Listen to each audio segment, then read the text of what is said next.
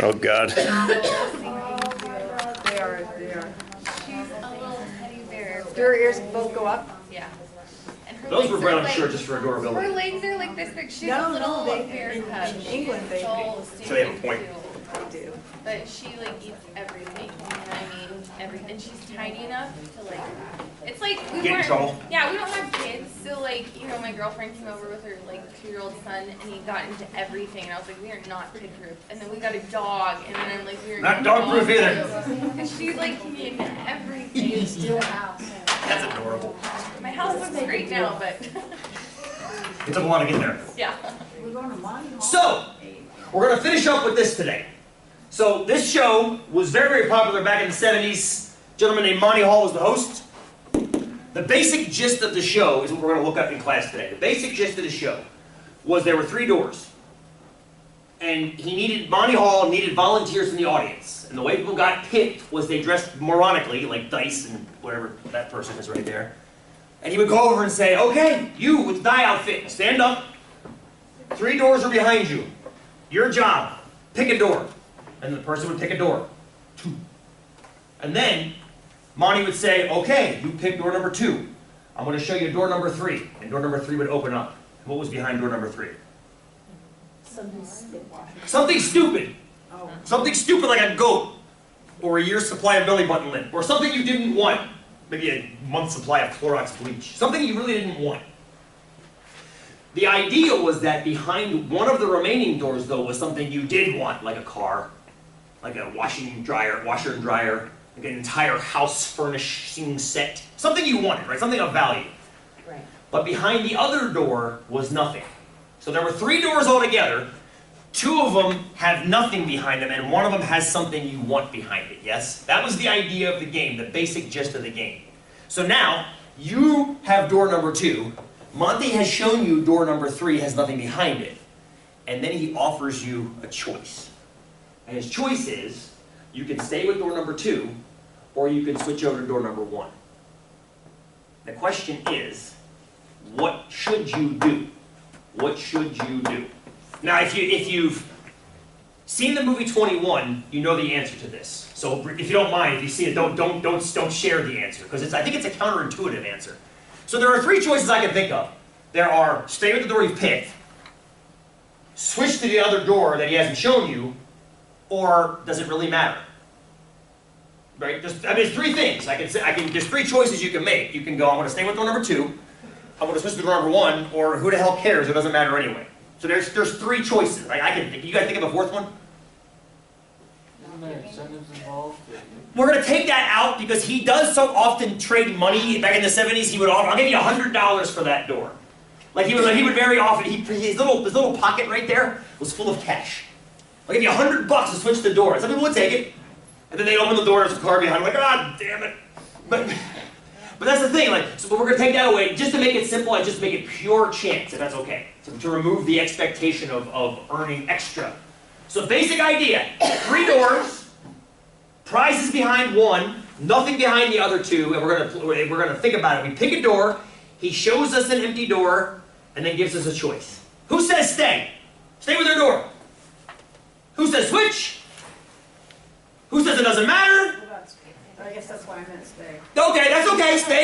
Stay doesn't matter. It might be the same. Okay, good. So what I've done is I've designed a game called Let's Win a Lollipop. We'll mimic the game in here.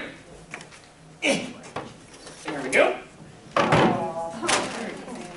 So now, my job. Now this is. What's that? Yeah, you guys. I think it's not fair. Well, it isn't, except I can do this. You guys can't play. I can do this. And I can make you close your eyes while I set the game up because you're so damn close. Randomizer, picking the door for me. Being random, picking the door for me. This is what I did in Total Fit that one day. Made everybody laugh. Close eyes. Yes, we got sour apple. Sounds delicious. All right. The game board is ready. Pick a door, any door. Pick a door, any door. Door number 3. Here's door number 1, empty. I want to stay with 3. Or switch to 2. Stay with 3. Why would you do that? It's actually behind 2. Oh, but everybody wins in rules class. Now, that's data. We just got data, didn't we? she stayed, and she technically lost. I mean, I gave her the lollipop, but technically speaking, she would have lost, yes? Because the car was here, but she stayed with 3. So let's keep a running total over here of what happens. And what we'll do is we'll play this the rest of our class time and see if we can't develop some kind of a strategy based off the data. We might not have enough data points, but we can come back to this on Wednesday. Okay, so that's stayed and lost. There's one outcome. One. All right. We have root beer.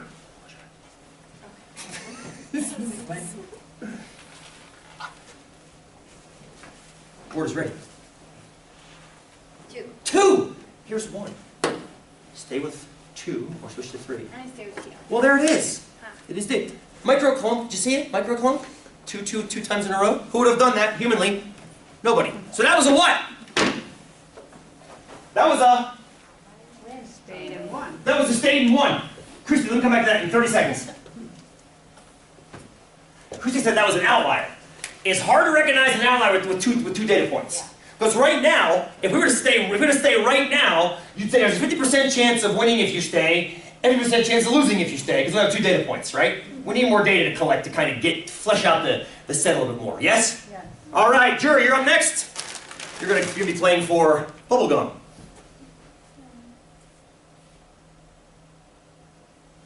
I want to make sure I've been told by other classes that what I do with my feet gives away where the lollipop is. You're fun. Oh shit! I'll make you not look. Jury, go. Number 3. Number 3. Here's 2 empty. You want to stay with your 3. You stay with the 3, but why would you do that? Because it's actually over here. Oh, here you go. I noticed something. You noticed something? Damn it! I missed you, Jury. I'm sorry. What did you notice, Josh? So when it's not in 1, you always open the first door first. Hang on now. Josh is saying something very important. I often don't have a choice as to which door I'm opening. For example, the lollipop was here. Jury picked here. I have to open 2. I have no choice. It's the only one left without a prize behind it. I have to show, thank you for this, I have to show you a door without a prize behind it, right? I have to. I have to show you that door, which means if you've picked the wrong door off the bat, I have to pick, there's only 1 door left to open. Jury, this was already open. She picked the wrong door. I can't open her door. And I can't open the prize behind it. So my hands are tied. Now, if you pick the door with the prize behind it, I have a choice of 2. Then I have to randomly select, and that's where I suck as a human being. That's why I wrote a computer simulation to do it for me. We'll see it on Wednesday. Because I can't be random. I'm using the damn TI to pick the doors for me right now. Because I suck at randomness. Josh, you're up. You're playing for watermelon. Awesome. All right, friend. Board is ready? 5. 5. Alright, no. Escort the man to the studio. Number 2. Number 2. One is empty. Stay with 2. Switch to 3. Stay with 2. Why would you do that when it's actually behind 3? Because it's tricky. Because it's tricky. I'm throwing lollipops. It's a flying lollipop day. So now we've seen. You see how the data is now presenting itself to us. Now we are not technically being random, are we? We have our own little biases that we're playing out here in the game. We know probably what we're going to do already. You guys might even know what door you're going to pick before I even run the game and set it up for you. Michelle, close your eyes. You're playing for cherry, and I'm sure there's lots of real cherry flavor in there. Okay, my friend. Getting well clear of the board. Board is yours. 3. Here's door number 2. Open. Stay with 3, switch to 1. She's thinking about it now. Stay with 3, and that's where it is. And that's where it is. There we go. Nice catch! All right. Good. Ready to? Yep. Okay, you're playing for sour apple. My son's claimed favorite flavor, even though I bought him half a dozen Granny Smiths, he took 1 bite and threw it away. All right, let's see it, sister. Game's yours. 1. 1. Here's door number 2. Empty. Stay with 1. Switch to 3. Stay with 1. Stay with 1. Why would you do that when it's actually... Where's the damn... There it is. It's actually over here. There you go. There we go. So that was going to get us a stay and lost. Yeah. Okay, good, good. All right. We got next. Mimi, close your eyes. You're playing for... These ones fell on the ground. Not that it matters. They're in wrappers. You're playing for is that? Soda cream, or cream soda. Cream soda. Yeah. That sounds pretty yummy, doesn't it? Yeah, it's the best. It's the best one! Green apple is the best. It's the best one! So maybe you're playing for the best one! Don't screw it up! One. Door number 1. Where's door number 2? You're gonna switch to 3, and that's where it is! We have our first switch! We have our first switch. Here we go. Watch your eyes. And the light. We have our first switch. Switched. Oh, I'm going to put that one down here, actually. Switched in 1. And I've always been interested now. Well, no, I'm going to shut up. I'll let you guys keep playing. Oh, yeah, right. Thank you. Thank you. I'm always interested now at what happens. So we're going to keep playing then. Jess, you ready? Sure. Playing for bubble gum. Let's throw my TI back on. My randomizer. Board's ready.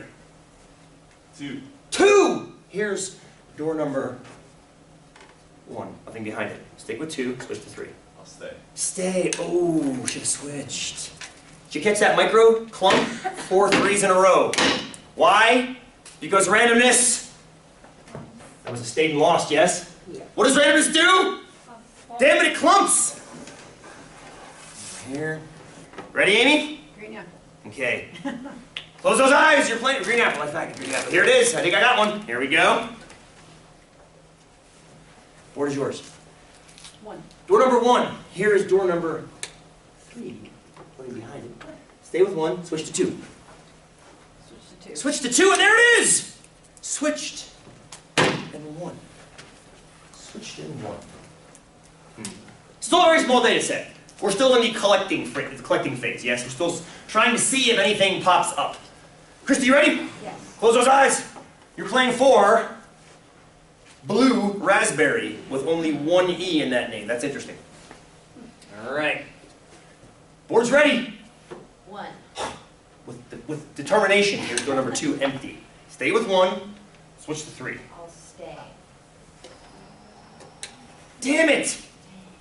So that's a stayed and lost. It's a stayed and lost. Good, good. We might get through the entire room today. This is good. All right, Brittany, you ready? Yep, I'm not waiting. You're not. Thank you. And for that, you will win a strawberry lollipop, I think. Game is ready, my friend. 1. Here's door number 2, empty. Stay with 1. Switch to 3. Ooh. And there it is. There it is. I just realized I'm recording all of this. This is kind of stupid. YouTube is watching 50 trials of blankness because my